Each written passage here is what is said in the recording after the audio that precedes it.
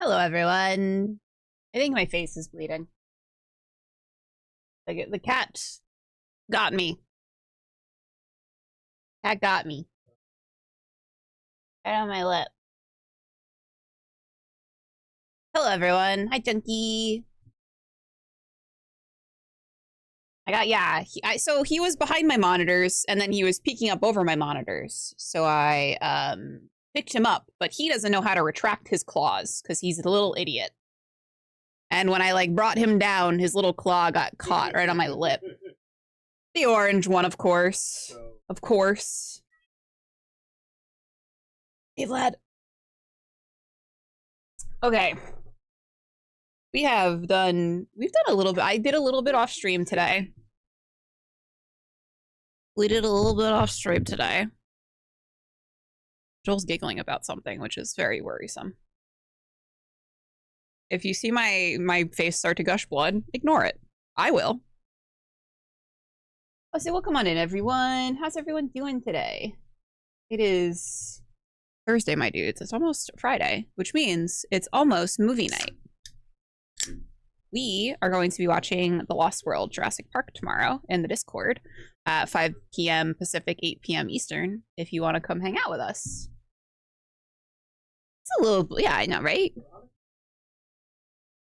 want to come hang out with us in the Discord tomorrow for some movie night. Feel free.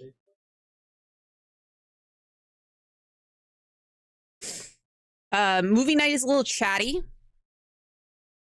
So if you're the type of person that likes to just watch a movie in silence, that's not what we do. We chat through it. But I think it's fun. All right. We added a bunch. So all of this stuff is new. This stuff is new. I added a little table.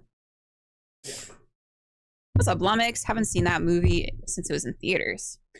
I think the last I saw Jurassic Park 3 in theaters with my dad. Way back when. That was the last time my dad went to the movie theater. I noticed everybody likes jokes at the last movie. Yeah. So retract. Yeah, kinda. I don't really mind because it's I feel bad if it's a movie that no one's ever someone hasn't watched before, but I've seen it before, so I don't know. I think also if you can laugh and make jokes with your friends. You guys like my little mini Sprite? It's actually a normal can of Sprite. My hands are just very large. Do you like that? What's up, Raffle? Quesadilla slap. I had some chicken tikka masala. That was a mini margarita. Oh my god, if only. I do have some hard cider. Maybe some hard cider. Anyway, so we have what have we done? What have I done? Fucking for you, my frisbee hands. All right, so this stuff was all here. This is base build. We're gonna change this to shipbuilding. My big old floppers. I could have had a career in swimming, but here we are. Here we are. Turn down. Turn that down. High five and nerds. So I've updated a lot of stuff in specifically the shipbuilding. A lot of the stuff was what we had already right here, going over the key features of the ship. So we have the main components, internal modules, armaments, and then upgrades. And then we've got the different classes of ship. So we've got frigates, cruisers, dreadnoughts, and then we also have destroyers and corvettes. So of the, was it 5 of the 5 classes of ship that are kind of present in the Mass Effect universe, I'm only gonna really feature 4 because a dreadnought is so massive. A dreadnought is definitely pure military use. I will probably write specs out for it, but I don't imagine like players will actually get to like play and outfit a dreadnought. So we have corvettes, and these are kind of numbers that I kind of use based on the numbers in the Alien RPG. I've kind of adjusted them. So for each class of ship, we have the length of the ship, the amount of crew that are pretty much allotted for destroyer, frigate, and cruiser. Specifically for destroyer and frigates, because you probably need about 5 people to just man the ship alone. That's why the minimum number of crew members is 5 for these, whereas corvettes are tinier. So I put 1 to 10, and then cruisers are much bigger. So they need a little bit more crew when it comes to actually operating them. This stuff might change. The signature, thrusters, hull, armor, armaments, modules, and cost, etc. might change. These are kind of just a lot of placeholder numbers until I kind of get my head wrapped around like the actual, kind of like the actual like physics of the ships. So signature is basically how easily detectable your ship is to other ship sensors. Thrusters is basically a modifier that the pilot will get to their piloting role. Hull is the amount of health that your ship has. Armor is the amount of armor your ship has. So armor, I'm pretty sure how armor works with Year Zero engine is that it soaks. So if you get hit so let's say you're driving let's say you're driving a destroyer. You get hit for 6 points of damage. Your armor is going to soak 5 of that. So you'll only get hit for 1 point of damage. Armaments is going to be anything that is going to be placed on the outside of your ship for offensive or defensive maneuvers. Modules, like we were talking about, are the little rooms essentially that can get placed into the ship, and then upgrades are going to be further upgrades you can make to the ship that aren't necessarily armaments or module. That's per area, right? No, so it's going to be per ship. I think like so that is not to say that there's no way that you won't have an area of the ship damaged. So there are minor component damage and major component damage, and there are things that can happen that will cause you to roll on one of those tables, and you might take minor damage. So you could get damage to the hull. So that could mean like something like you are operating at -1 to your hull, so -1 to your ship's health. If the ship is hit for 10 damage, is it destroyed? So it gets disabled. And I'm fairly certain disabled essentially just means that it's no longer operational, but that does not mean it's destroyed. It means that you have to work to repair it. There are circumstances. Don't you dare. Don't. How about you just don't? Go away, orange pest. There are circumstances that can happen in the game. So one of the things is when you go planetfall. So when you're going to try to land on a planet, that with a ship that obviously is capable of landing on the planet, you're going to make a piloting roll. If you fail the first piloting roll, you're going to roll on the minor component damage table, and then you can choose to abort. If you do not choose to abort and you choose to instead go ahead and try to continue to land, and you fail a second piloting roll, you're going to take major component damage.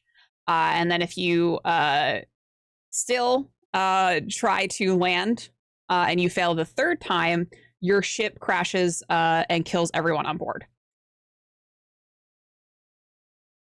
So that is one of the ways that your ship could just be completely destroyed.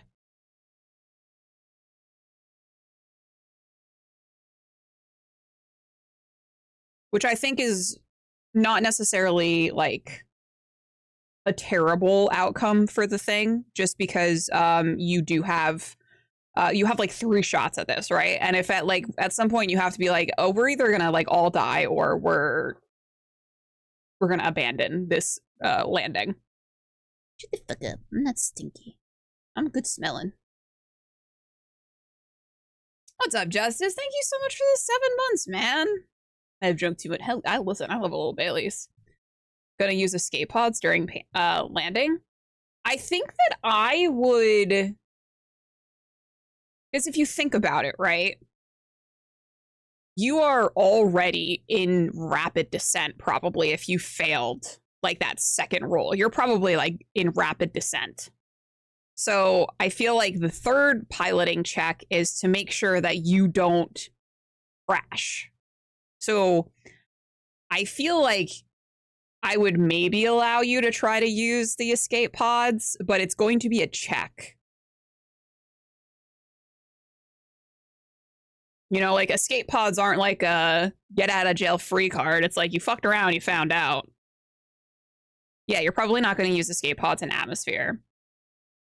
I think it depends. So in the Alien RPG, there are different there's like different grades of escape pods, and a lot of them have like some of them have like thrusters built into the escape pod. So I think that depending on the type of escape pod you had, it could be possible that you don't like die. But if you have just like the baseline one that is literally just supposed to be ejected out of the ship, and then like you basically are put into like not necessarily a cryo sleep, like a deep cryo sleep, but like a little bit of almost like a twilight for like a week or so in hopes of getting rescued, because there's like, you don't get like jettisoned out and like you're not like beaming towards like the next closest planet, you know. The baseline EEV is like basically just something that's going to get you away from the exploding ship, and you have to hope that someone comes and picks you up. Like, if we were crashing, I don't really want to be around those idiots anymore. Pod fires the escape directly into the grass. Oh, thanks. You like my bangs? I feel very, very cutesy with them. I like them a lot. They're a little crunkled today because I had to wash my bangs. I don't wash my hair every day, so I usually just watch the bang part. Thanks, Sippy. Minimalist escape pod typically assumes there are already other ships around to pick you up. Yes. And also, like, the more... So, a couple of, like, the escape... Let me look. I have the document open. Lets me scroll up. Oof, there's a lot of ship stuff. And what I really appreciate about the Alien RPG is that it goes into pretty in-depth about a lot of the ship stuff. A lot of the ship, like, components and armor and stuff like that. So it's really nice, because I can pull a lot from this. And I've also been, like, really looking up stuff, like, I've been, like, looking up, like, fucking, like, aerospace, fucking travel and things like that. Okay, so there are, I believe, 5 different classes of ejection pods of EEVs. So you have a Class A ejection pod. This is the capacity for 1, designed for ejection in space only. The coffin-shaped ejection pod has limited thrust capability, but can put an occupant in a state of semi-stasis for up to a week to prolong the possibility of rescue. You've got a Class B, a simple box-like pod with minimal thruster capability. The Type 20 has cramped seating, no capacity for cryosleep, and can sustain its occupants for 10 days. They cannot land on a planet and will burn up on re-entry, and this can hold 2 to 4 people. They've got a Class C, which is a capacity of 5 people. This is an ICC standardized escape module designed to replace the military's aged old one. When the ship is crippled and there's no time to awaken the crew from stasis, Mother will transfer the crew's cryosleep capsules to the EEVs and auto-eject them. This EEV can sustain a crew in stasis for upwards of 50 years. Faster than light range is limited to 1.4 parsecs, but they are capable of controlled landing. And obviously we're going to change some things around, like there's not like Mother or anything in the in this world and stuff. So like there is going to be AI, like you can get an AI on your ship. It's going to be a little pricey, but you can get an AI. And then a Class D is a 2 to 20 capacity, and this maneuverable escape craft is an ejectable module built into the many high-end FTL spacecraft. The module has 7 rooms that can be configured on a mission as a mission dictates, ranging from a simple crew lifeboat to a luxury quarters to an experimental science lab. It can support 3 active occupants for 2 years or up to 20 people in cryosleep for 50. So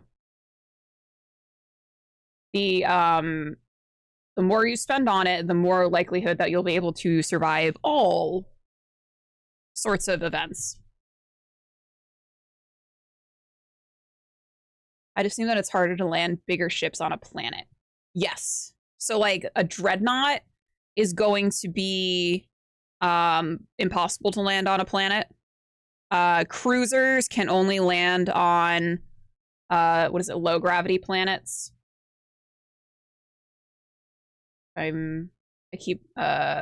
Yes, cruisers can only land on low gravity planets. Frigates, destroyers, and corvettes will be able to land on any planet that's not like gaseous. 2 million credits. Cough, can I steal a ship instead? So, thank you. So, how I think that this will work in terms of like purchasing your own ship.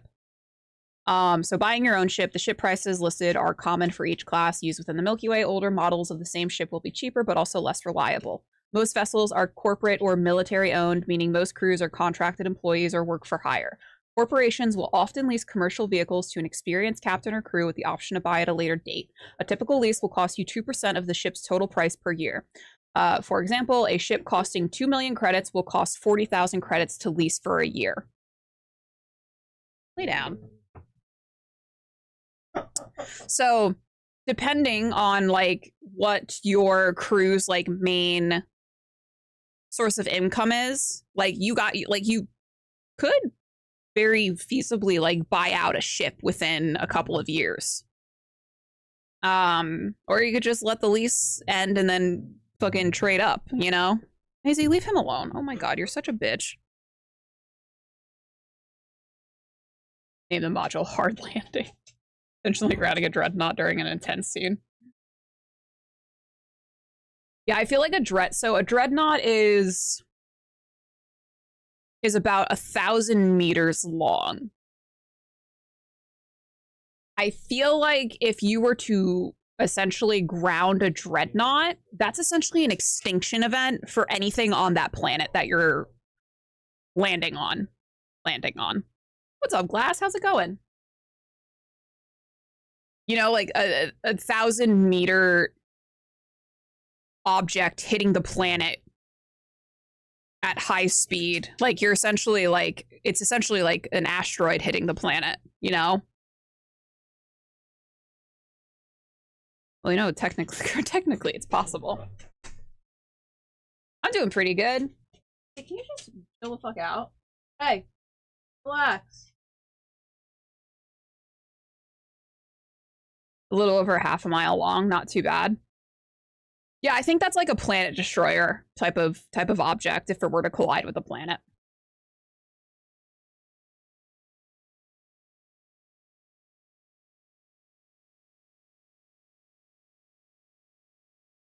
And then I added a little section about main components. So the main components cannot be easily replaced, but they can be upgraded. So the armor, exterior ship bulkheads are typically fitted with laminated insulators, micrometeorite shielding, composite material, and aerogel. Military ships tend to have heavier armor than civilian vessels, but a direct hit from a dreadnought's mass accelerator will slice through any ship armor invented.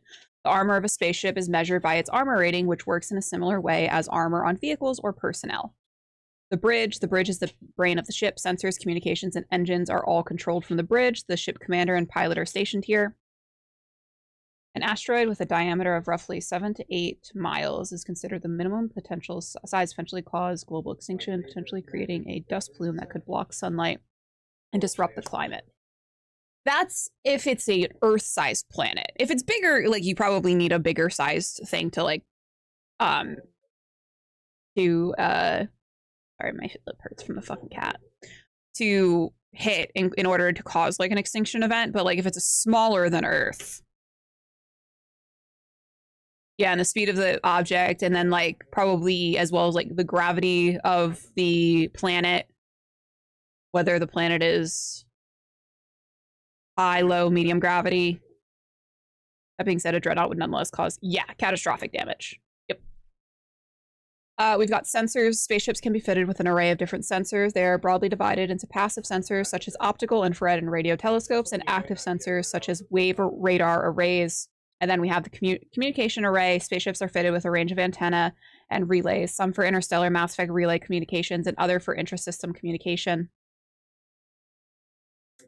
FTL drive, faster than light drives use element 0 cores to reduce the mass of a ship, allowing for higher rates of acceleration. This effectively raises the speed of light within the mass effect field, allowing high speed travel. High speed travel with negligible relativistic time dilation effects. Thrusters, propulsion is generated by conventional thrusters, chemical rockets, commercial fusion torch, economy ion engine, or military anti-proton drive. The thruster rating of your ship functions as a bonus to your piloting skills. So these are all things that are basically just like the main components of a ship. You can't replace them, but you can upgrade them. I'm gonna park it downtown with like wiping out downtown. A lot of the asteroid of that size burns up on entry. Yeah, I wonder though, because so a dreadnought, for instance, is probably made of something that is very it's supposed to be in space. Like, you know, like it's made for... I muted my music by accident. Oh my god, Justice, thank you so much. That's great. Thank you so much. I appreciate that. Atmosphere dictates that, right? Yeah, so it would depend on what the dreadnought is like made up of, I feel, because if it's made up of a type of material that is supposed to like be resistant towards like extreme pressure, extreme speed, extreme heat, then it might not burn up as much as like an asteroid would. I'm decided the hell out of this RPG, but I'm doing it. Doing it, man.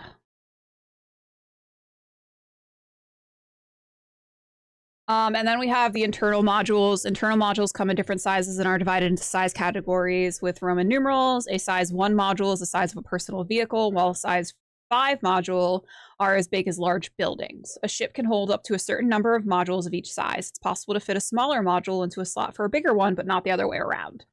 So these are the ones I have right now. I haven't added the ones that because we had like a little list going down here. I haven't added these ones yet because I want to do like a little write-up for each one.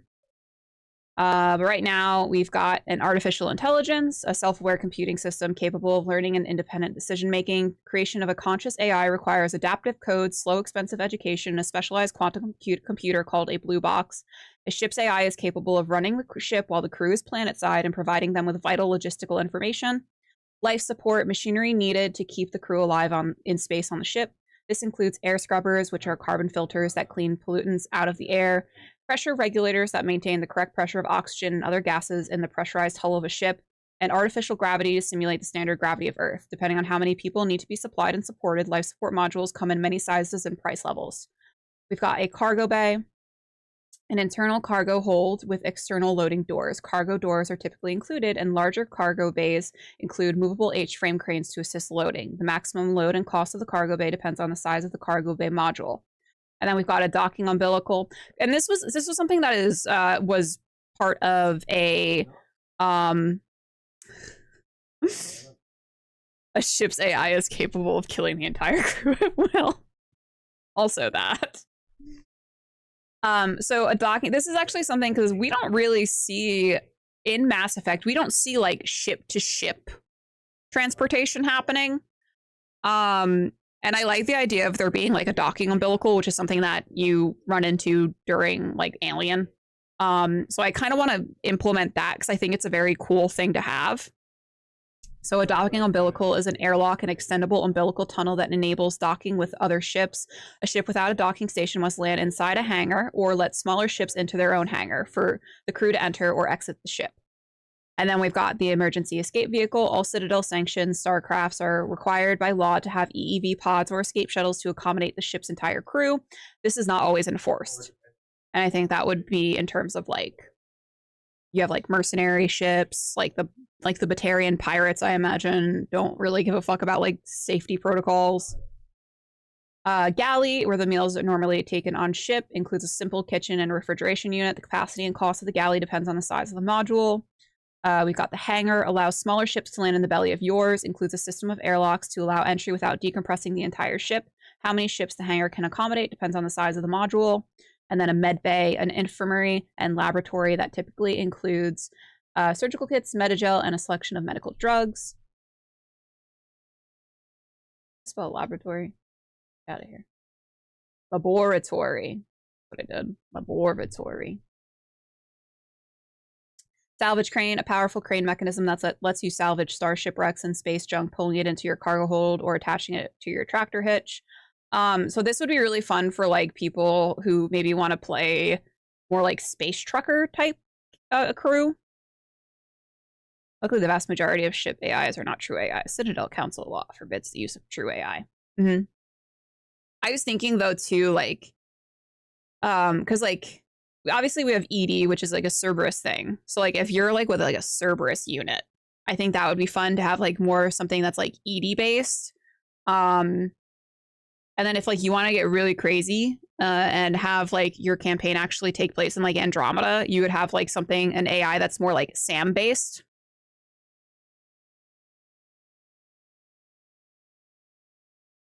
Yeah, running a shipping company would be a lot of fun because it's like thinking about like for like Mass Effect where it's like not everyone is part of the Alliance military. Not everyone is like, you know, like some like diplomat. You know, you don't have to run. And I think that's like what kind of the appeal of doing a Mass Effect TTRPG is getting a look at the other like professions that exist within the universe other than military. You could buy a real AI on your ship from the, yeah, that's true. Change the nature of your interactions and the type of NPCs. Yeah. So it's like you're not just interacting with like the council, or you're not interacting with just like Alliance military. And then we have the science lab, a highly advanced. Why do I keep? I'm spelling laboratory as I would say it phonetically. Laboratory. That's correct. Okay. A highly advanced laboratory where your scientists can examine specimens of alien life forms, among other things. The lab comes with an assortment of equipment, gives you a +2 modification to observation rolls. So anytime you are in the science lab, and there's going to be some other things depending on like how, like the tier essentially of the science lab that you choose to install. But like base, it's going to give you a +2 to your observation roll. So anytime you're in the laboratory in the science lab, you'll be able to add that +2 bonus to your dice rolls if you're like using the equipment. Spell it like Dexter. Laboratory. Get out of my laboratory, DD. Vehicle bay, a glorified garage for ground vehicles, including a loading ramp for easy access. How many vehicles the bay can accommodate depends on the size of the module. And this is where you put like your Mako, however you say it. And then we've got armaments. Armaments come in 2 types: offensive weapon systems and defensive countermeasures. Just like modules, armaments can be removed and replaced, and they are also divided into size categories in the same way as opposed to internal modules. However, armaments are mounted on external hardpoints. Each ship can only be fitted with a specific number of armaments of each size. It's possible to fit a smaller armament into the slot of a bigger one, but not the other way around. Damage to ship armaments work in the same way as personal weapons, but the scale is different. Ship armaments can't be used to target individuals. So you have to, like, you're targeting the ship. You're not targeting an individual person with your ship gun. And these were the ones we had kind of gone over last time, just pulling from the wiki with like all of the codexes, all of the different types of weapons and stuff that you can get. Reworking your ship. To mount new modules or armaments to your ship or to make upgrades to it, you'll need to find a dry dock on a major space station or planet-side colony. The cost of a modular armament typically includes the work of fitting it to your ship. The work can take a week or two depending on the size of the module and if you're willing to pay extra to get it done faster. And then we have more on upgrades. So upgrades are a great way to customize your ship and spend those hard-earned credits. So you can do armored bulkheads, which increases the rating of your ship. The armor rating of your ship, and this can be done 3 times. Enhanced sensors, your active sensor array is boosted, giving you a +1 modification to target lock action, which is something that you'll do if like there's space combat. And this can be done 2 times. Reinforced frame, that'll increase your hull rating. That can be done 3 times. And then stealth technology basically lowers your signature rating. And you want a low signature rating. Good night, Justice. Thank you so much for those gifted subs, man. I appreciate you. Is this Notion or a Word doc? This is Notion. You can see. I don't think it shows up. I have like there's like a little index and everything on the side that I can like easily access stuff. I'm still like reworking everything and like reformatting stuff. And then that is basically all I got done today. Thinking of yes, Raffle. I'd like to know where you got the Notion.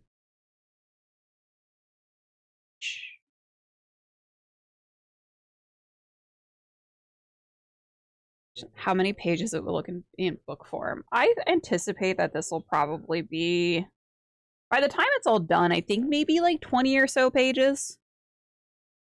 Probably more if I do it more like a zine. If I have it the size of like a zine instead. Of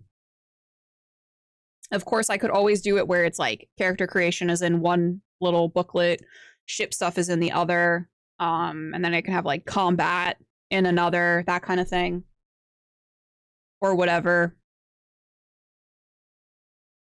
But there are still a couple of things that I want to do with, obviously, with the ship stuff. I want to think more about, and I don't think we're going to get to this today because I kind of want to bounce back to character creation and look into like how we can incorporate backgrounds to make the character creation a little bit more personalized. But one thing I want to look into is what kind of the costs and resources will be for, you know, doing upgrades, for doing the armaments, the internal modules. I kind of want to have it where you have to gather the resources, like I've said before, like the element 0, all of that. I want to have it where you have to gather that because it gives you like a reason to seek out those resources. So I'm trying to figure out like essentially what it is I'm going to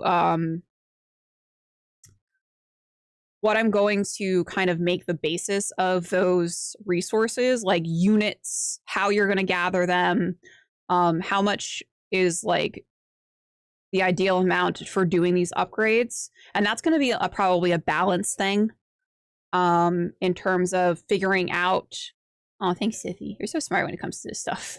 I'm just bullshitting. This is my first time doing this, so it's like it's very much a learning process, but I've been enjoying it. I've never really designed like a game before, not a game to like this capacity. So it's been a very nice little exercise to think about these things and to kind of like look at things from a different kind of perspective versus from like a person who, because even as a GM, you're running a game, but you're not really looking at it from the perspective of like a game dev of like why these like certain mechanics are working, why this particular mechanic is balanced versus this one. And as a player, like I feel like I think about that even less so. So as like trying to like put on like a game dev hat, it's like, okay, so like how do I balance this? How do I make this where it's a fun and not too like strenuous, like both physically and mentally, to try to like think of like, well, if this you're gonna have to get 1,000 element 0 and it's gonna take 7 in-game sessions, and it's like, oh fuck, that's so long. Doing a great job. Thanks. But yeah, I've been trying to think of like how I want to work that out in terms of like the resources, because I do want that to be a big part, because the mini game of like mining is my favorite part of Mass Effect 2. It's like one of my favorite parts of Mass Effect 2 is like the little mining mini game. So I really want to look into that and see kind of, I think I'm going to pick the brain of my friend Jay. He is also a really amazing indie TTRPG game designer. And him and our friend Whimsy are just like powerhouses, and they just churn out all of these games. So I think I'm going to pick their brains a little bit about this. And then I want to also figure out what additional benefits will happen for the modules. When you GM, will you make the note? I absolutely will. You bet your ass I will. I also want to make some like prefab ships available. But I think I want to like actually like look into more into like Mass Effect like universe and kind of like actually like pull things from there. Scanning Uranus. Really, Shepard? So I want to make some prefab ships, which will include like things that come like it'll have its own armaments and everything. And then there will also be like you can buy like a base ship, no armaments, no modules, no upgrades, and that could be something that you completely like do yourself. But for people who don't really want to like buy it and worry about gathering all the resources and things like that. Not everyone will want to engage with that. Yeah, exactly. Like having something that, you know, having something that's a little bit, it's like when you do like pre-gen characters. Some people don't care about character creation, you know? So you have pre-gen characters for people to choose from. Watch out for those Klingons. But for today, I do want to look at, we're going all the way back up, scrolling all the way. Let's just scroll all the way up from see how much we've had written. There we go. I feel like we've written a lot. Okay, so for character creation, we have our species. We're going to be adding a couple of more, but right now we've got human, Asari, Krogan, Solarian, Turian, Quarian, and then we'll be adding Geth and Drell and probably additional ones as well. And then I'm going to put backgrounds before classes, because I think background will probably come before whatever class you are. So right now I have a couple of them, just kind of, I was just sitting here before and kind of just off the top of my head coming up with them. So I've got like medic / doctor, I've got alliance soldier, mercenary, bounty hunter, mechanic, pilot, diplomat, xenoarchaeologist, a CSEC officer. So I'm kind of like doing things that are a little bit more kind of like career profession based. Of course, we can do things outside of that. Like I think we could do like colonists, spaceborne, like, you know, things like that, like earthborn, whatever it is. We can do things like that as well. Trader. I think colonist also would kind of work. Courier. We'll just like whatever you guys can think of. And my idea for the backgrounds is that it's going to be a little bit freeform, and it's going to allow you to really build out the character's backstory the way that you want, but it's also going to give you a little bit of a mechanic boost. So my idea is that you're going to get a plus to one of your skills, or attribute, or attribute maybe. I don't know. Maybe attribute or a skill.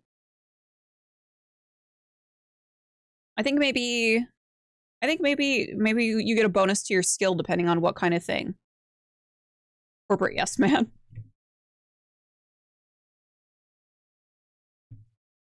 Corporate yes man.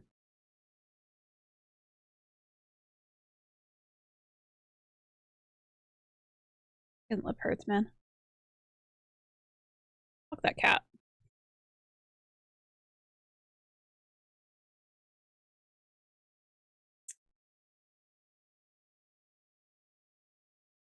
Oh, we can do like scientists. Oh, Miko, thank you so much for 7 months. Please.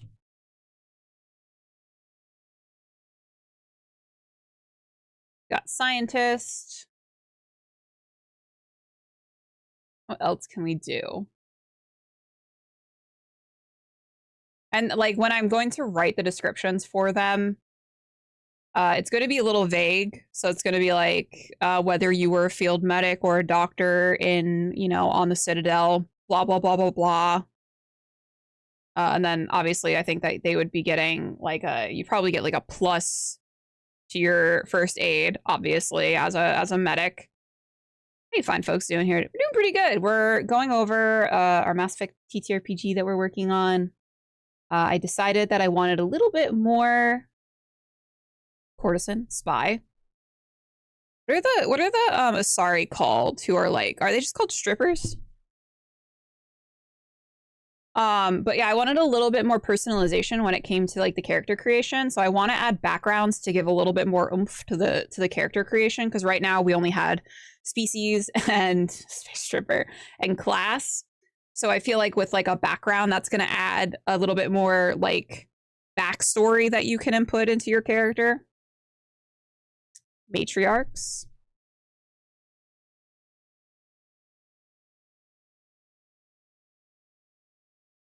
I'd do like an Asari matriarch if like, would an Asari matriarch be traveling with a group of ne'er-do-wells? Criminal.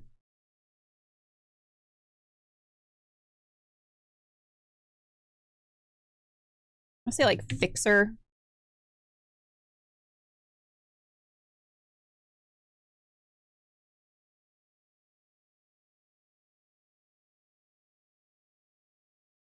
I almost want to put like Lady of the Night.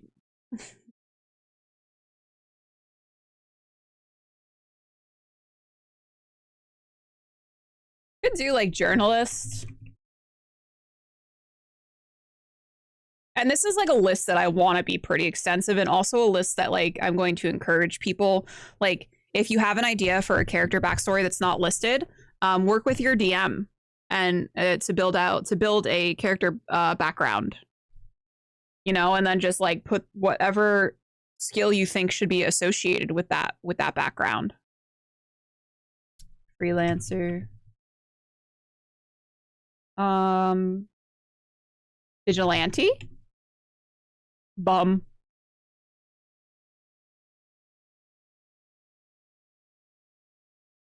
I should head misplay. Setting.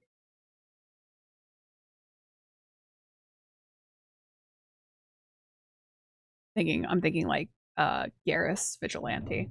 Archangel.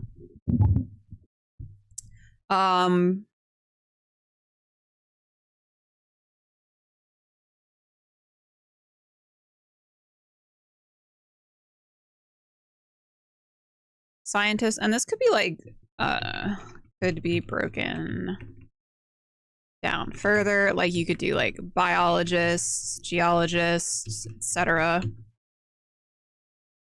Con artists.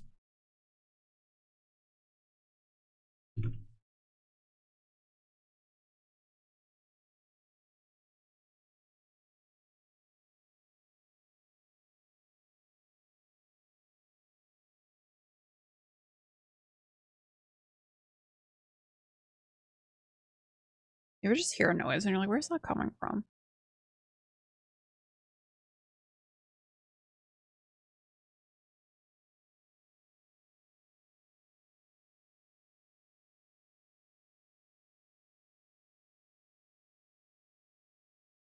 You can do assassin. It's always my tinnitus. It's usually something upstairs. Or one of the cats fucking around with something. God, is Stellar Navigator a thing? There are navigators. You have Navigator Presley in the first one. I mean, pilot. Oh, I already did pilot. Pilot. I don't want to say engineer because that's like that is a actual Class.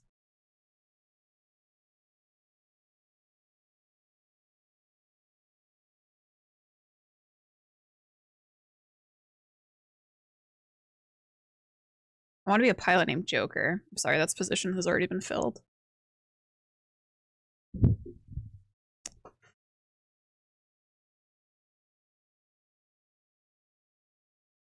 Got pilot, diplomat, senior archaeologist. Maybe pun. Punner.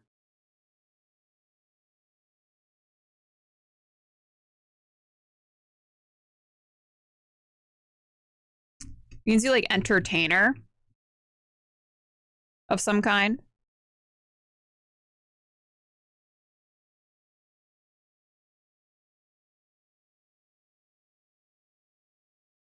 Thanks for lurking.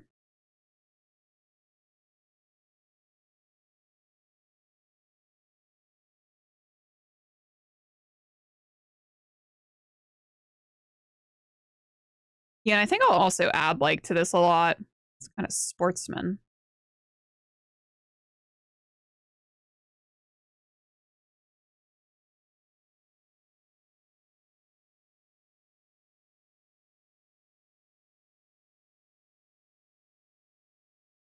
Is there a space religion? Vlad will know this. Yeah, like an athlete. Vlad would probably know that more. There are different like religions that people follow. I don't think there's anything like uniform though across the board, if I'm not mistaken. Space preacher. I'm actually just gonna call it space preacher because that's funny. Huh? You did not hear your name. I said Vlad.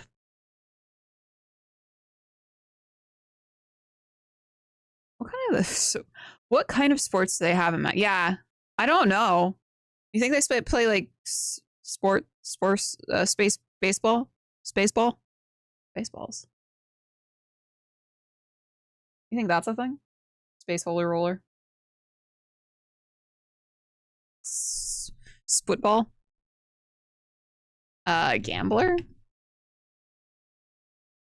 Okay, you hate me. Back to what I don't hate you. I just didn't say your name.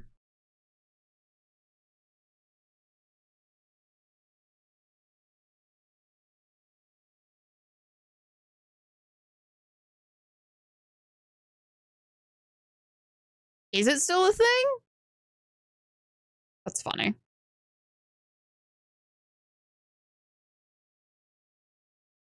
America Ball. America space football is. So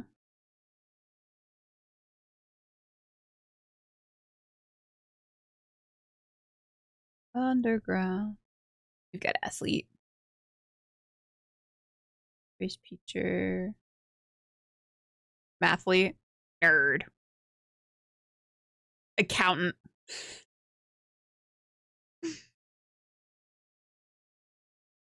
attorney. I kind of like the idea of an accountant. Like you like that one person that's just trying to like balance your book. This is very silly. Super Bowl where they described a Krogan quarterback winning the game on a 99-yard touchdown pass. That's fucking hilarious.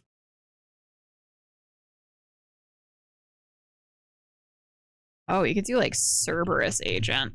We could also do things like in universe. Asari commando.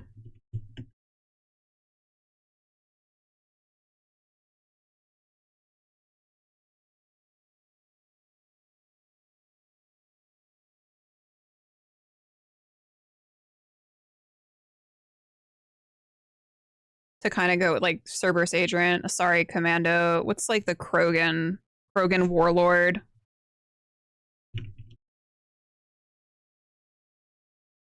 Solarian pencil neck. No one can hear you counting beans. The beans. The beans. So this would obviously be bonus to first aid. I think that this would probably be maybe fitness. be a bonus to fitness. Mercenary. Few beans and space. Can anyone smell your farts? Only you in your spacesuit.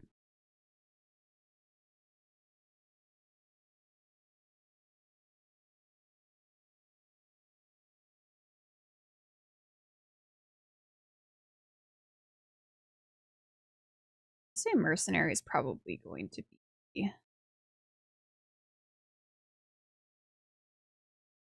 Your suit is decompressing. I say force. Actually, we're gonna do melee. Mechanic will be force. How did I do that? Hold on.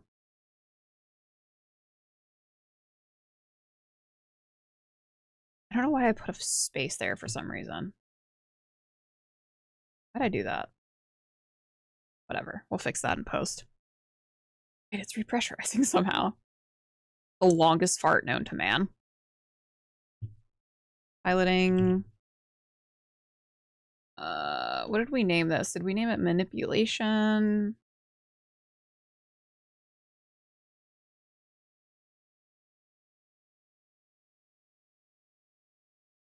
Yeah, we named that manipulation.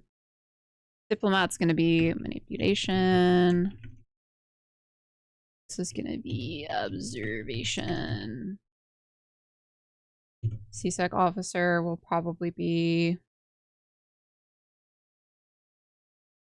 I want to say weapons.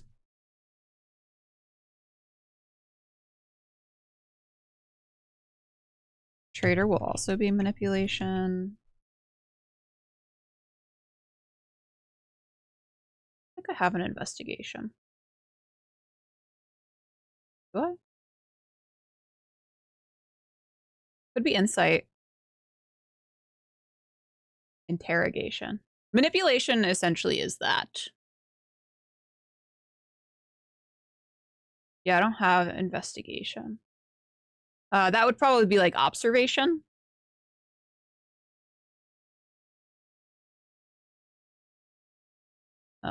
Spy is... Ooh. I don't want to ask AI anything, you fucking weirdos. Spy will be mobility. This will also be manipulation. Corporate yes man. Courier. Oh, not yet. So let's just go over the skills again. So we've got force. Force is when something heavy or solid blocks your way and you need to lift, push, or break it. Roll to use force. The skill is for any feat of strength. Force can also be used to attempt to use, repair, jerry-rig, or break any kind of heavy machinery. Melee, sometimes you need to fight for your life hand to hand. Pretty simple. That can also be used for like a melee weapon, improvised weapon. Fitness is your physical endurance. So if like you are trying to survive underwater, that's what you use fitness for.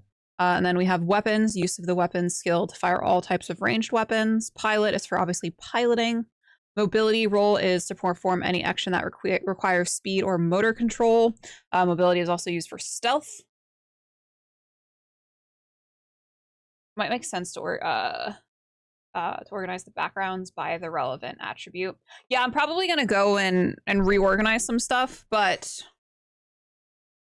I think what I would do is I would have it listed in both places. I'd probably have it like example of profession for, you know, mobility, or example of profession for manipulation.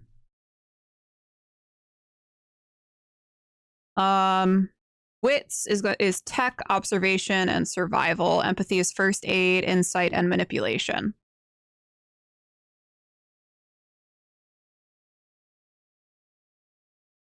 Some people, yeah, I anticipate that.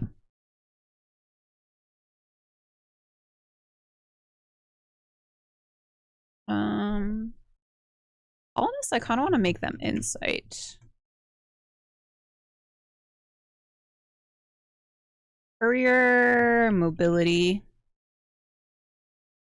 scientist, observation, con artists. Well, it depends. So we'll separate those out. Because I feel like there's a couple of these that can be like separated out like further. So it's like scientists can obviously be broken down a little further, and then each like depending on the type of scientist, you can choose something else. And then like for criminal, like um an assassin is going to have probably a different skill specialty than a con artist, you know? The game did it, to be honest. Benefit was so small. Didn't matter. You could choose what you wanted. Hello, I'm good. How are you?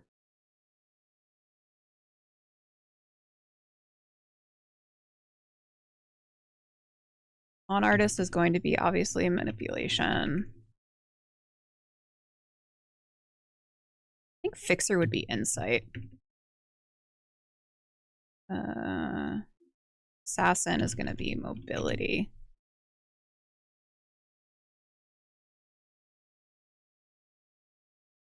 General benefits as well as specific benefits. Yeah. So I think that mechanically, there's only going to be like one benefit. So each background is going to get a +1 to a skill of that is relevant to the background.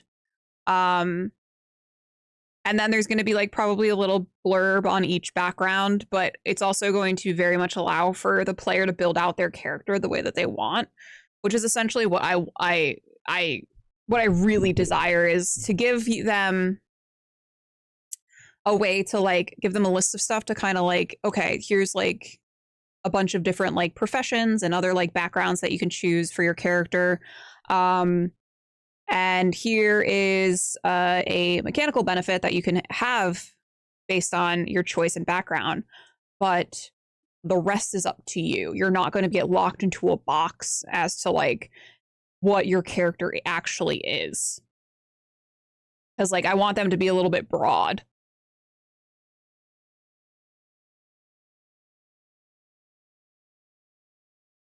Navigator is going to be observation.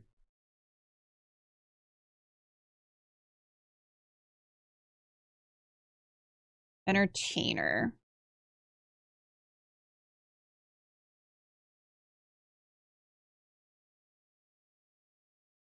Probably just I feel like there's a lot of manipulation here, but it kind of just works for a lot of stuff.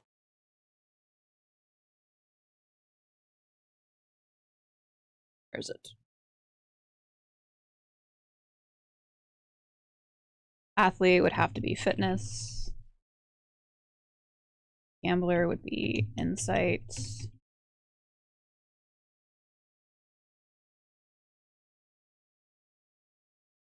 I think I also want to put some stuff that's going to be like more tech based as well. You do like hacker man. What are you doing? Oh, very, yeah, I know you're very demure.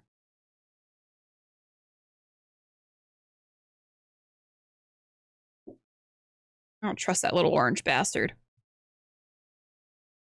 But yeah, I think I'm gonna group them up. I'm gonna have them in 2 spots, I think.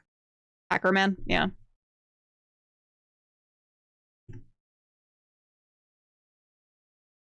Space Preacher.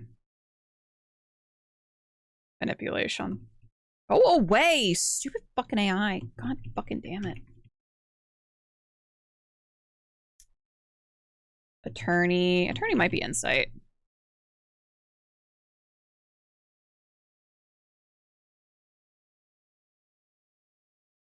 Cerberus agent. Probably force. I feel like Cerberus agents are just new.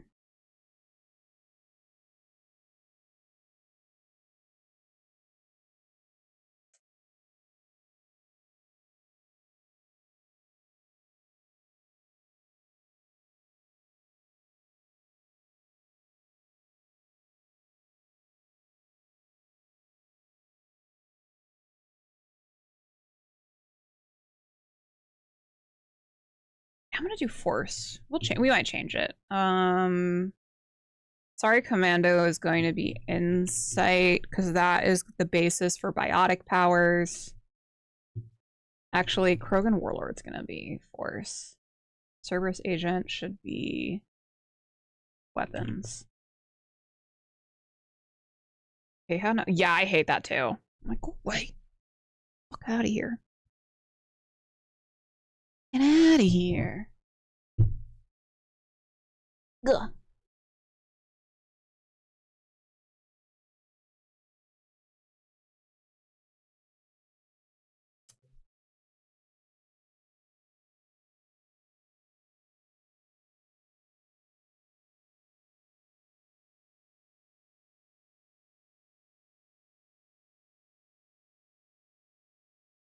See, like, your phone light up and you're like, who's messaging me? How many people I interact with are here?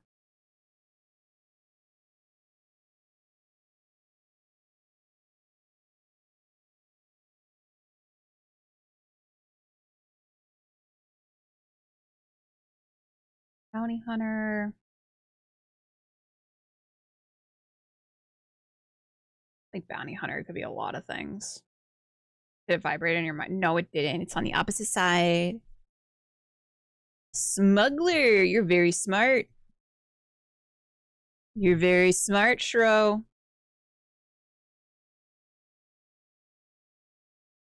Usually it's my good friend Spammer.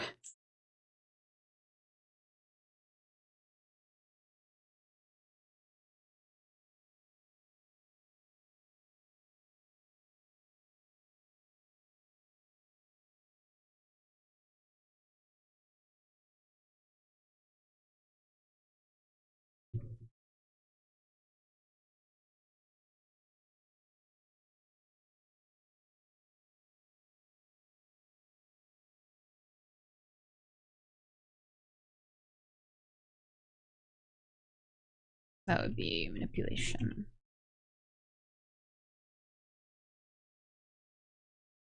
I don't want Google to have access to my location.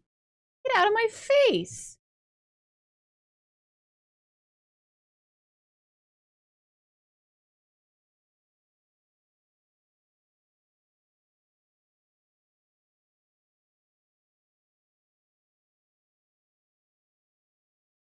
Access these nuts, bitch.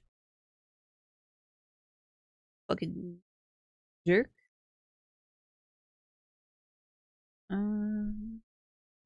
Journals might also be insight. Vigilante. Weapons. Again, I'm thinking Garrus.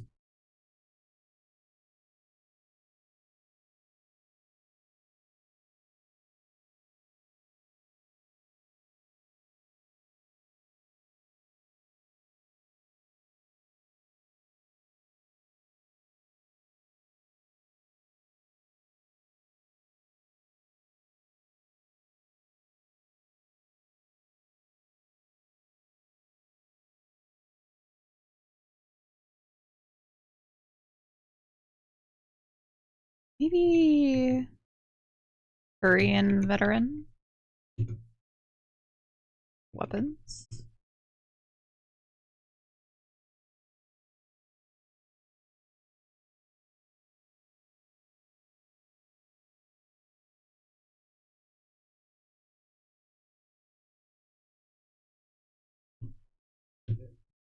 I kind of want to give like each species like their own little thing, like if they want it to be like part of their specific species military, so it's not like alliance soldier isn't the only option in terms of like prior military.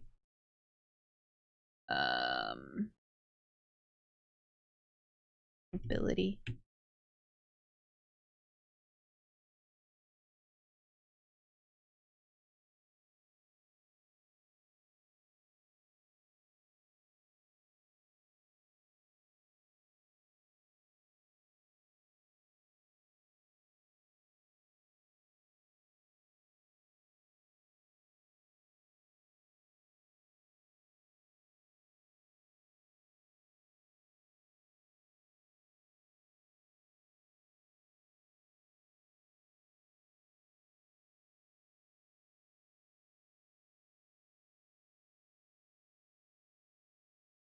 I think the thing that I like particularly about me just like thinking, because I was like, man, is it gonna be like super fucking crazy if like someone was able to get like have their dice pool be, oh my god, Cookie, so much for 17 months, man.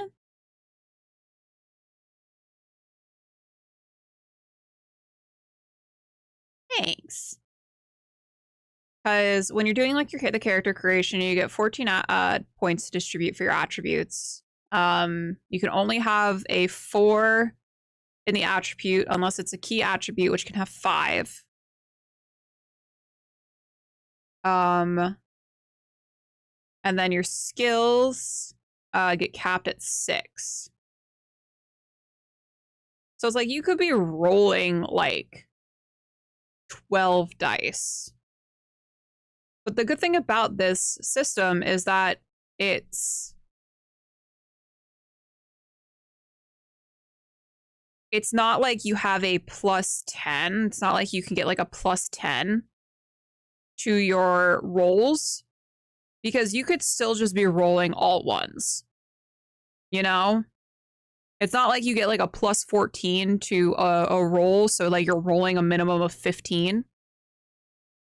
It's going to be hard to work out the balance while you're building the game. The values don't really matter at this point. Yeah.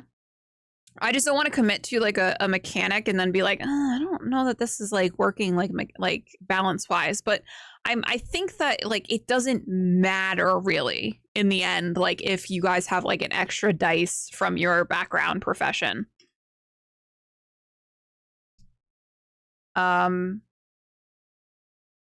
It's also like you can put like, because you have 14 points to distribute for your attribute, you can put 5 into like your key attribute. But then like you have to decide like how you want to split out the remaining. And so there are going to be like weak points regardless. Which I think is like the best thing. Like I like having characters that have like weak points. Because each one has to have no less than 2. So it's not like you can just have like a bunch of attributes that have like 1, because they have to have 2 points in them. So really you're doing 5, and then so 5 plus 6. So you really have like 3 points that you can like work around if you were to use all 5 for your key attribute.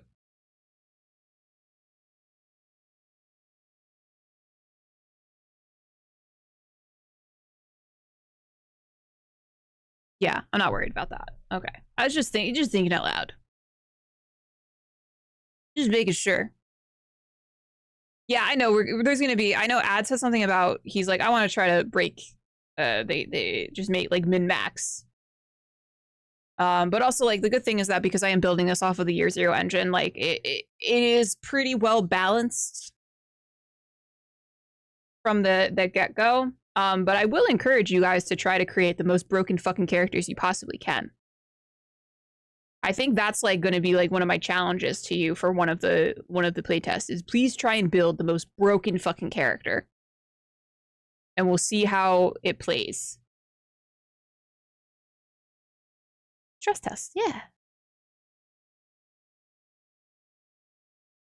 Okay. We also have to figure out the specializations as well. Okay. Down to my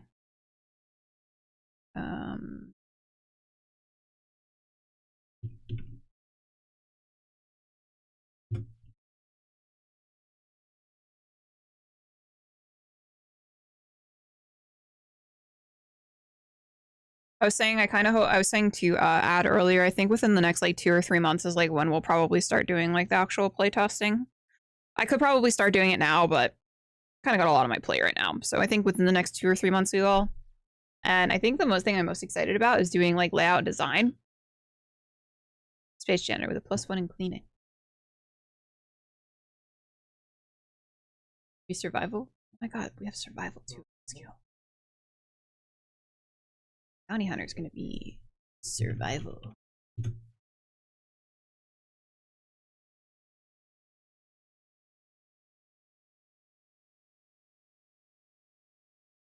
also I feel could be like survival ending.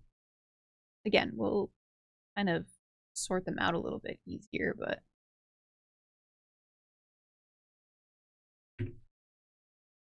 have mercenary.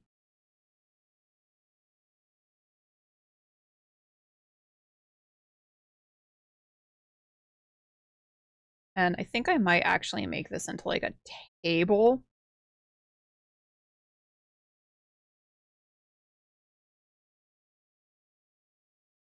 I think if anything, what I could do, and this is just me thinking out loud for like later on, what I could do is I could make kind of all of these into like tables. So then you would roll like you'd roll like a d6 to like pick, you know? 2, 3, 4, 5, 6, 7, 8. If I fill out the guess and the drell, it's like you could roll a d8 for your species. Then you could roll however many we decide for like the background. And then you could roll a d6 for your talent for your species. And then for class, you could roll another d6. Like if you want to like completely randomize it, just for like random generation, you know. If someone, because I think something I really love is just having tables available. That's something I found really helpful as like a DM and also as a player, like for like when I'm making a character, especially for systems that I'm not super familiar with, having a table to just sort of roll on and randomly generate a character is like so nice. It takes all of the thought out of it when you're like coming up, because then you roll, you figure out what you are, and then you look at the results and you're like, okay, then that's when you think about how you put all of it together.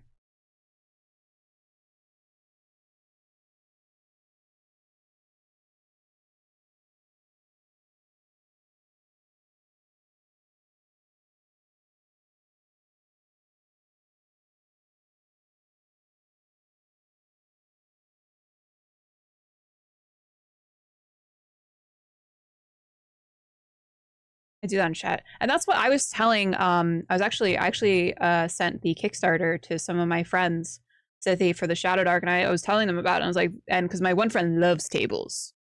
He's all about tables in his TTRPGs. And I was like, there's a lot of tables in this game. There's a lot of tables in this book. Just clicked on Chunky Stream, jump scared him, said my work here is done, and left. Goodbye.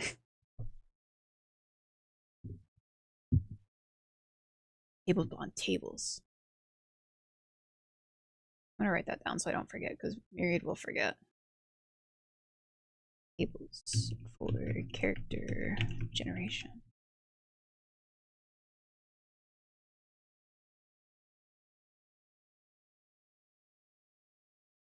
I also feel like as we kind of get closer to things just kind of being complete, probably like I don't think I'm going to go on for too much longer, just because like I feel like we're starting to hit a point where it's like things are, you know, complete. Like we've got a decent chunk of the character generation figured out. We've got a very decent chunk of the ship building and everything. I'll write out like some little blurbs and stuff about like how like ability rolls work and everything, just for anyone who's not familiar with the Year Zero engine and how the system functions. But that's going to be a lot of me just pulling from like the actual like Year Zero engine document, and just putting it in here for reference. Everything's they're coalescing. You can fit so many tables in this bad boy. But yeah, I think that a lot of things are just kind of like coming together. So it's like there's just kind of less and less that I can kind of like work on stream, because I feel like I was definitely super productive earlier today. I worked on this for about like 2 hours. Getting closer to having to break stuff. Should we set like a deadline for ourselves? Do you think that's like a good idea?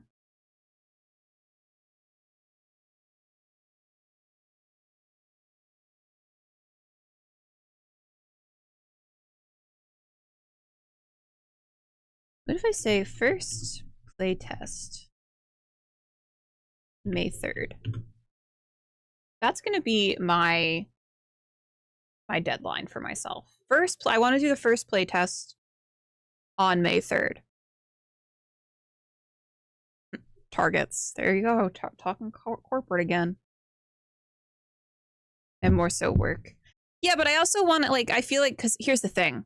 I'm very much like, as an artist, you know, it's like, it's that whole like mindset of like, you are never truly done with any piece of art. You're just like, you just put it down for now.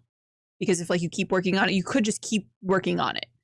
I feel like if I were to not set like a little like goal for myself of being like, hey, this is when I want the playtest to be, I'll just kind of keep fucking batting it back and forth like a fucking pile of shit, you know? I think having like a goal of, hey, this is when I want the first playtest to be, and it's not like a complete playtest. It'll be, you know, we'll figure it out before that of like when I want what I want the playtest to focus on. I think honestly, it'll probably be like a character generation and like a little combat test. I bet my shit back and forth as well.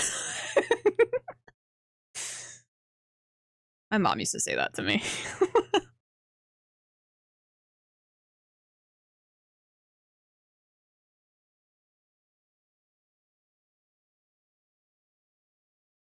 Yeah, I think we're gonna set the first playtest will be for May 3rd. I think that's a good day. It's basically 2 months from now. And like we have so much already. I think my goal is like by the end of the year to have all of like the rules out, like finish all with all of the rules, and then also to write like 2 to 3 scenarios. Is it ready for a first playtest already? I think once I tighten up the little character creation segment, I think I could definitely run a playtest. Like, if I had like a week to kind of come up with a scenario and stuff, we could probably run the playtest next week. But I don't want to stress myself out. We try to break the game while Myriad does her best to kill us.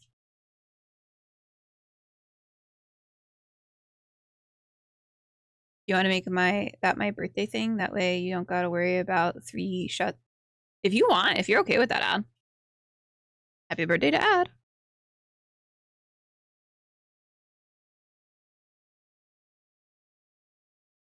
Yeah, I think like just based on if I finish out if I want to add the Geth and the Drell, so I'll probably work on that.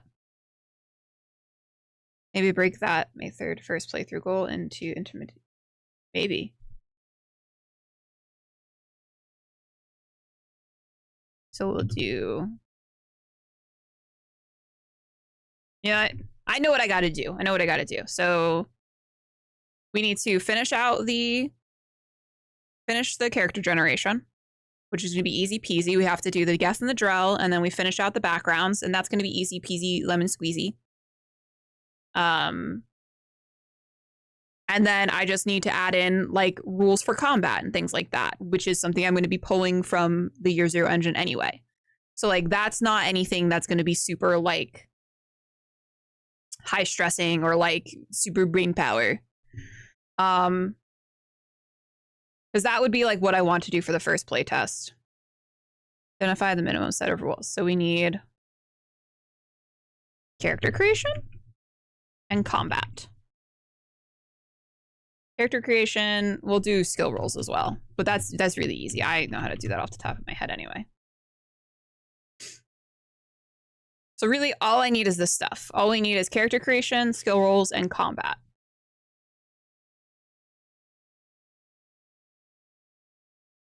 And luckily a lot of the combat stuff is in like the character classes as well. We get a lot of combat stuff here that we're going to be able to try out, which is exciting.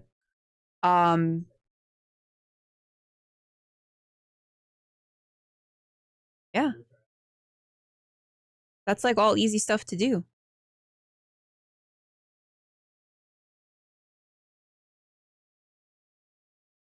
It is exciting. What about equipment? That's a good idea too. Can add that as well. Equipment is basically going to just be me making a table full of all of the equipment. I'm probably going to be pulling a lot from Alien RPG as well in terms of like the equipment, at least in terms of like how damage is done and everything. Yeah, I think that's it. I don't want to go on too much longer. I know it's a very short stream, but it is Thursday. I might go work on this in the Discord for a little bit. Where I think that my problem is I like yapping. So I'm not as productive as I want to be when I'm streaming and doing stuff. And this is for like writing, art, all of that. I just yap. You ever just be yapping? I feel like Mortal from today, just yapping. Yapping is good. We're gonna raid over into Chunky because Chunky's doing a little donathon. So we want to go support our homies. Good for yeah, it's good for laying out options. And I'm gonna work on I'll start doing the stuff I need for character gen, and then we'll worry about the rest of the ship stuff once I have completed everything I need to for the first playtest. I think that's I don't want to get ahead of myself. You know when you're just like oh, I got so many ideas. But let's go raid over into Chunky. Let me make sure I know how to spell climbable. Because God knows. Yeah. I'm good. I know how to fucking spell. Don't you fucking worry about me. Alright, guys. Thank you so much for... I know it's a short stream. I'm really sorry. Maybe we'll stream a little extra longer on Saturday. Maybe we'll do that. I'll do that for you. Alright. Goodbye.